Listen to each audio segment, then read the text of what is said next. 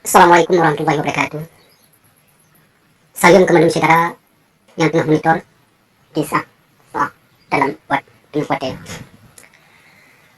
Dalam halnya bagi dunia pesampau, dalam hal perkara untuk dan pesabar dan untuk dan pejak perkara bunyi. Yang pun tangku ketika ditengok untuk kepentingan nasionalnya, untuk kepentingan buatnya, nyo ketika dia melangkah dalam halnya nyo yang pun tak harus berbeda dengan niat ketengok nyo yang tamat. Karena ketika tagih niat dengan kasat, insyaallah nyo akan Tuhan pelihara. Insyaallah akan Tuhan petunjuk jalan-jalan yang terbaik nyo supaya dia melumpat di apa. Akan tapi menyak orangnya di ketengok mantena orangnya tersimpan orangnya. Si pupu dalam hati kita nyo sulit untuk tercapai perkara.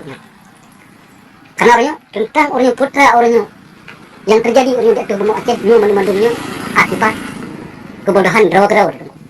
Karena itu hanya memanfaatkan suasana dah hanya datang pengguna dan hanya datang pedali orangnya tentang perkara-perkara nasionalnya. Padahal konsep Aceh mereka ini mandu-mandum kali ke kebah diwali. Tapi dia tengok orangnya hanya datang pedang. Hanya datang umum sehingga mencawar. Makanya setiap sabah-sabah buat yang ternak buat dunia harus benar ilmu.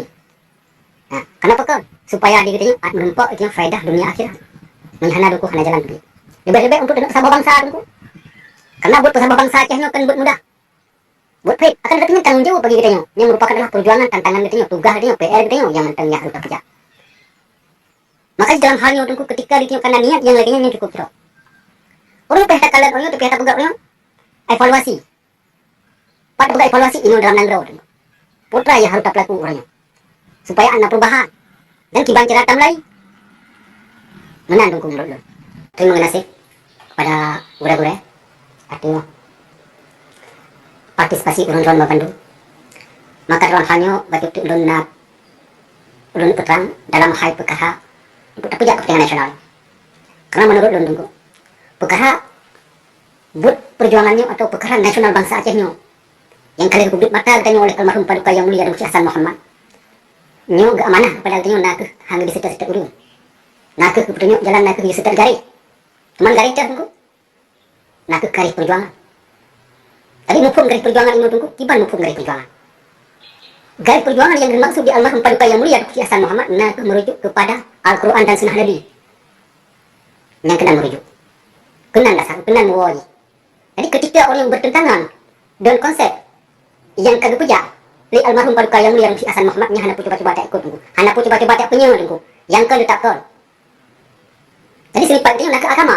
Karena buat yang kubur di almarhum Paduka Yang Mulia dan Hasan Muhammadnya hana terlepas daripada agama. Karena visi misi almarhum nak selamat bangsa dunia akhirat. Nyo ayo tunggu berdatuk puduk pedang. Baik dengan karena hana mau tunggu. Buat nasionalnya hana istilah hana mau. Baik dengan karena na sentimen pribadi.